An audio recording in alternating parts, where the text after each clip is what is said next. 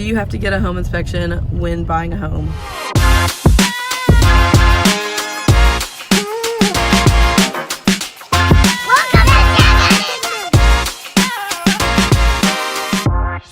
Technically, no, but you're going to get a lot of advice from people, and hopefully most people are telling you to get a home inspection. We 100,000 million % believe you should get a home inspection. It doesn't really matter. We're doing a new construction house right now. It's going to have a great report, hopefully, but new construction, resale, flips, they all are going to have at least something that you're going to want to make sure. And even if it's the best report ever, we want to go in super confident that you are buying a great house. Don't be like us. Early on in our career, we believed people, and when they told us not to get a home inspection, we didn't, and ended up with an investment property that was falling down and had to sell it real fast. So from there on, now we know from experience, when we tell you get a home inspection, we super mean get a home inspection.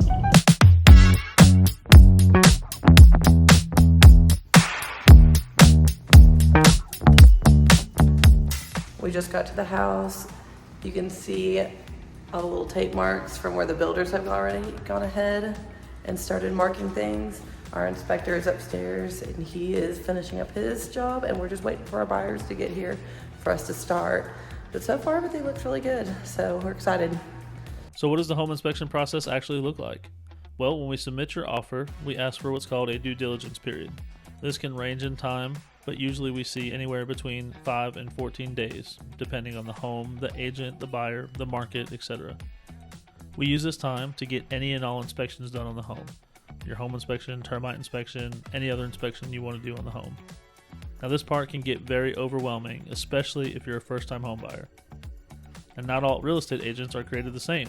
You definitely want to ask your agent if they plan to attend the home inspection or not with you. Some agents will go with their buyers and some agents won't. We always do, because remember, we're here to represent you.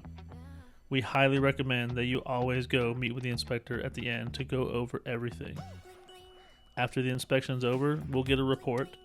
Now these reports are always long, no matter what, because they go over everything and list them good or bad condition. We then use this report to make a list of items that we're concerned about, and we want to ask the seller to repair. Hey, we're here with Alex with Prius Home Inspection. He's doing the home inspection today. So tell us, what kind of things you look for when you're doing a home inspection? A lot of it depends on if it's a newer house or an older house, because there are different caveats with each one. But on a new house like this, typically it's going to be things that fall under what I could categorize as fit and finish. So connecting outlets, light switches, sometimes windows. Very rarely things like plumbing drains will get forgot to get connected.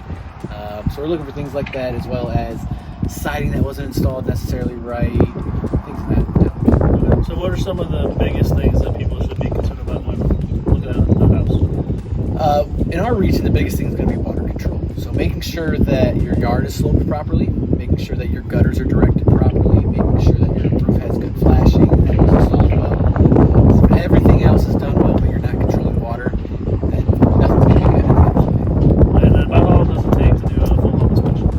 It should take anywhere from 2.5 to 3.5 hours, depending on the size of the house, depending if it's occupied or vacant. But in that range, so 3-ish hours. Okay, cool. Well, hey, we'll let you get back to it. Thank you. Appreciate it, sir. Hey, who's your favorite realtor? Just kidding. All right, so what's next? This is the most crucial part of the home buying process. It's when most deals tend to fall apart. Between sellers not wanting to spend more money on a home they're leaving and buyers not wanting to buy a home with a bunch of issues from a previous owner. If we can't come to an agreement on repairs, the deal falls apart. Remember the list of items we created? Keep in mind, we don't usually recommend asking for everything on the report to be repaired. If you ask for everything, the seller will pick what they think is important, and it will not be the same as what you think is important. You'll end up losing all your negotiating power. So how do we know what to ask for? Well, I recommend creating a list in order of importance. I prefer big ticket items first, such as your roof, foundation, HVAC, etc.